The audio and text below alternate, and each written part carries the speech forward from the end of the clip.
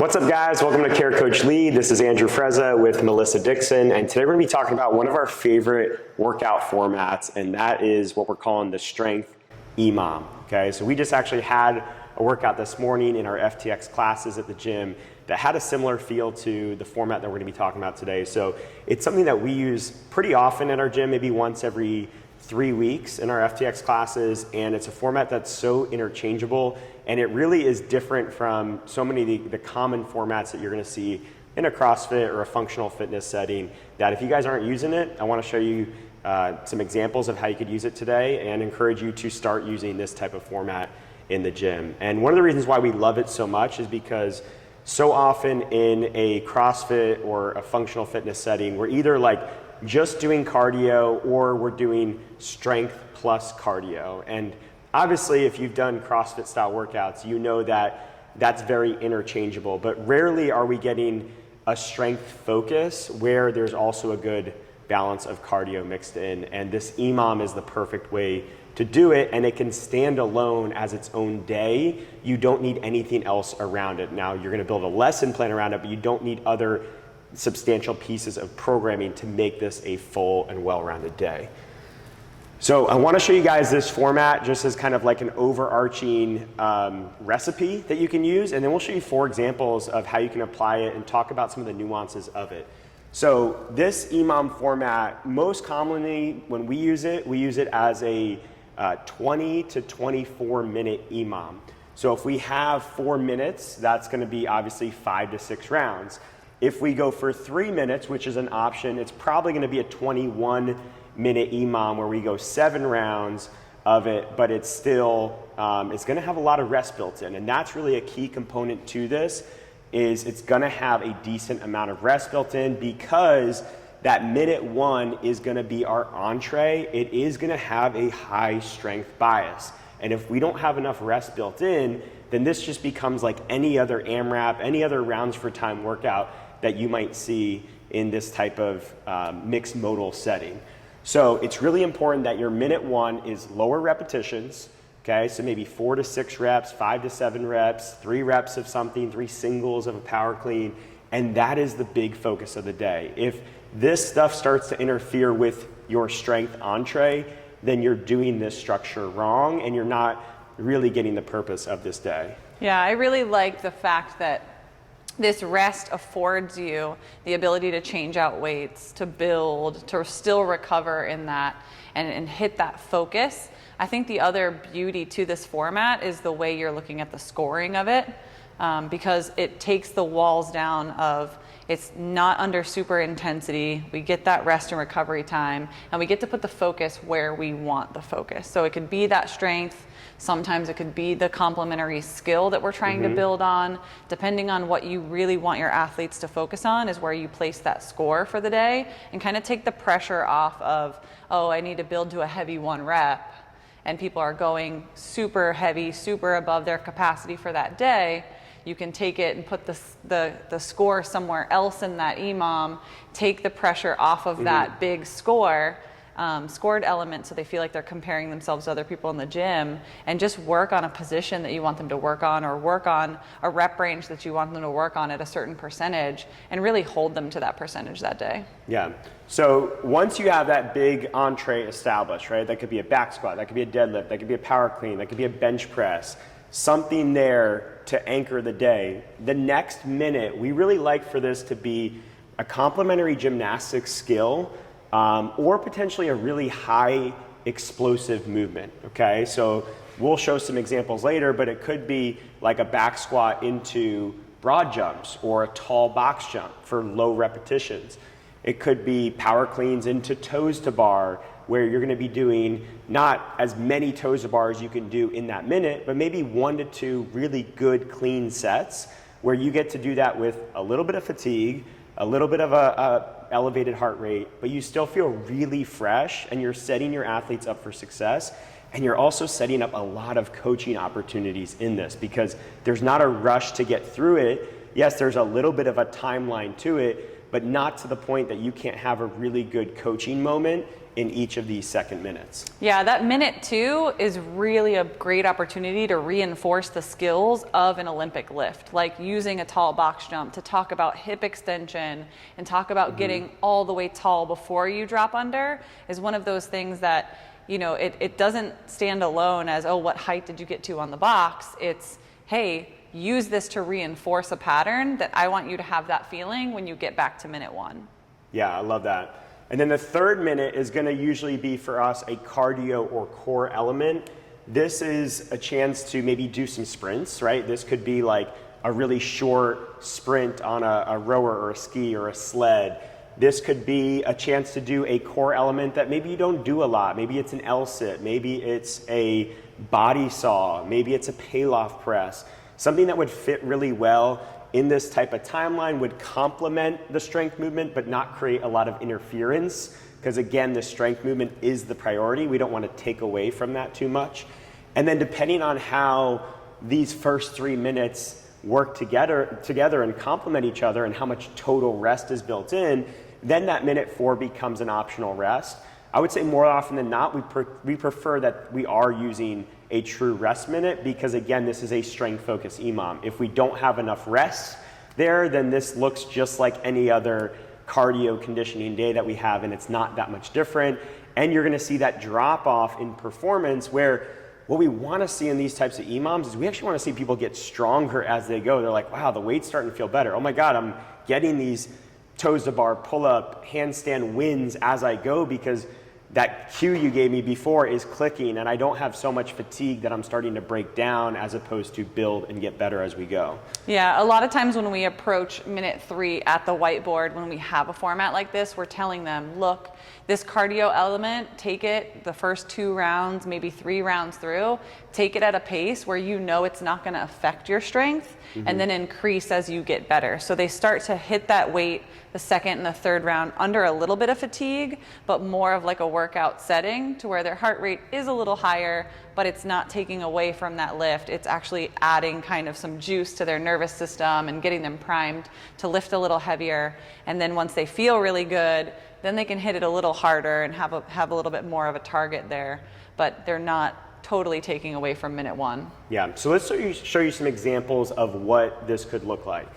So let's start with this first example here on the left. So this is a 20-minute EMOM. We have actually an interval timer set, 40 on, 20 off, but as you're gonna see, that's only gonna apply to one of the minutes, the minute 3, which is our kind of our max calorie bike erg.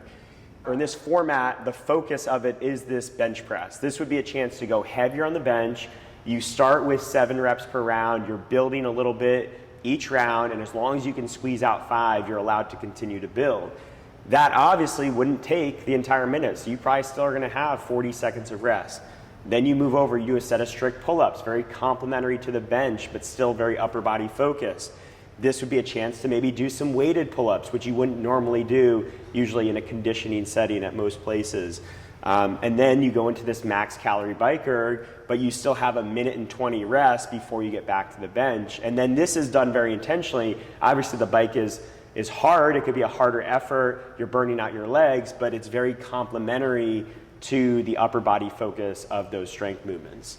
Yeah, you can change this one at the whiteboard in a couple different ways. You know, you can talk about that max calorie effort for those who want to go lighter for the day or have shoulder injuries and maybe some limitations. They're going on the upper rep range and they can take that calorie a little bit more to heart and go max. But a lot of times this is that one that I was talking about where we're saying, hey, first couple rounds through this, you know, you're going to see 4 or 5 rounds of this. You're going to go, you know, slow that first round, that second round, increase maybe a little bit. Just give yourself a target with those calories. Don't try to get your absolute max calories and get so fatigued that you're failing your bench press because of it. Yeah, you can even outright say, hey, the goal is to increase pace each time, start at a number you know you can build off of, and try to beat it by 1 to 2 calories every round. And that could be a fun format to add as a twist to this one. Now let's move over to this 21-minute EMOM. This is going to be the only example we show you without the minute of rest. And we're going to talk about why we think it works in this format. So number 1, that first minute is the 3 power clean singles. Even though those could be done really heavy and that's a intense explosive movement, it doesn't have, we're not doing the eccentric part of it. We're gonna allow athletes to drop from the top. So in terms of like time under tension, you're really only talking about 5 to 6 seconds of time under tension in the course of the entire minute. Then when we go to minute 2, we tell people this is 1 to 2 high quality sets of toes to bar. If you can do at least 6 reps in your set, only do a set. If you can't do at least 6 reps in your set, make it 2 sets so you can get into that 6+ rep range. But let's leave several reps in the tank, so you're never gonna go to failure. You're only gonna go till either form breaks down or you feel like you've gotten a good volume in, you're ready to cut off that set and you wanna move on to the next rep or next minute. And then we have minute 3, which is a 60-foot sled sprint. So that could be done for us in our gym. We have a turf stretch that's 60 feet long. At the pace that we would want people to hit this could be done in under 10 seconds. So again, you're working for a very small portion of that minute, and that's why we believe that this would work in a 21-minute EMOM, is because we have a high amount of rest built into each of the minutes, and therefore you don't really need that additional 4th minute of rest. Yeah, the kicker here really becomes those toes to bar of making sure that your athletes are staying under a certain rep range, knowing they have 7 rounds to get through of this, because if you hit failure on any of these because of your heart rate, you know, you're doing this workout wrong. You're not building the skill or the strength that we're looking for in this one. Yeah, so you could even say, all right, instead of 1 to 2 sets, we're gonna call it 5 to 10 perfect toes to bar. And that way you set a cap on the highest range there. So even your best athletes are doing no more than 70. And also, you know, 10 reps, that's roughly gonna take maybe 17 seconds. You know they're gonna have at least 40 seconds of their minute to rest, and they're not gonna overdo the work to rest ratio. The other thing I like about this is because it not only lends itself, we're talking a lot about it being a strength format, but these minute 2s, these gymnastic skills or these body weight skills, if I'm an athlete who's approaching toes to bar, I've always been a knees to chest athlete, I get my practice here without having a dedicated skill workup. So it's not okay, let's take 10 minutes to do some toes to bar practice. It's, I'm going to get my toes as high as I can today and work on that steady kip and give myself a target as high up as I can to keep that kip together. And that's my 1 to 2 sets today, so I can practice a skill. And there's a lot of times where high intensity workouts, it's, okay, if you don't have toes to bar, you're going knees to chest. If you don't have toes to bar, you're going toes to rings. And those people pigeonhole themselves off. And this opens a whole world of a no pressure scenario to get them that skill. Yeah, it's so hard to find the balance in a CrossFit type of setting to where you want to dedicate time to improve people's skills, but that can oftentimes just slow down the pace of a class. And these formats are so good to infuse it in a way where you never take away from the pace of a class. You still come away from that day feeling like you really got your work in, but you actually did work to get you better and practice the movement, not just destroy yourself and create bad habits. And then these last 2 formats, you're gonna see just some slight variations here. So on this one on the left, it's gonna be a 24-minute EMOM centered around these 4 to 6 back squats. And the tall box jumps, again, even though it might be, you could argue it's interfering, that might affect my ability to go heavy on the back squats, we see it as a chance to work on the explosive motion that you would want when people accelerate out of a squat, and getting them to work on a slower down, faster up tempo on the squat. You can reinforce some of that same feeling through a tall box jump in a way that really doesn't add enough fatigue that it would affect the back squat in a negative way, and in our view would actually improve people's ability to back squat really well in this format. And then minute 3 is a 20-second per side payloft press. This is a great way to get some of that more therapeutic work in a way that is still a really good, fun format for most athletes. Most clients are gonna enjoy this format. They might be like hesitant at first when they see it, but we find once they go through it, they really enjoy these types of formats. And you can take an unsexy movement like the payloft press, and it becomes really fun and enjoyable for the group. Yeah, I like, especially with a back squat or a deadlift, this having a core element to it and having the rest afterwards, because we're practicing bracing. You know, we're practicing protecting that spine, and that's so key. So this could be a dead bug. This could be something like a straight leg dead bug. This could be something that's just really talking about how to form that canister and become in tune with your brace under tension, rest afterwards, and go back into the squat with that hold. And that way we're keeping athletes safe at the same time as teaching them in a low pressure environment how to form those kind of connections. Yeah, that's awesome. This last format's a 28-minute EMOM. So this is one of the longer ones that we're showing here. And this one is going to be focused obviously on the deadlift, complementary movement with the handstand push-up. So those of you guys that have done the workout Diane, you're used to that pairing. And seeing it in a format where people can really work on the skill of the handstand push-up is a lot of fun. And being able to get a similar feel, but feeling so much more fresh for those sets is great. And then the row in this case, so the row is one of those that could look interfering, but we think the volume would be low enough paired with the rest where clients would feel really good. So we see this as like a true sprint, like something that could be done in anywhere from 15 to 25 seconds type of sprint, and still earning 35 to 45 seconds in that minute plus the minute of rest. So you're going into your deadlift set with basically almost 2 minutes of rest coming off that row and reinforcing speed off the ground from that row pull into that deadlift pull. Yeah, I really think that this is a great example because so far we've talked about like complementary movements, and this is only complementary in the way that it's not interfering.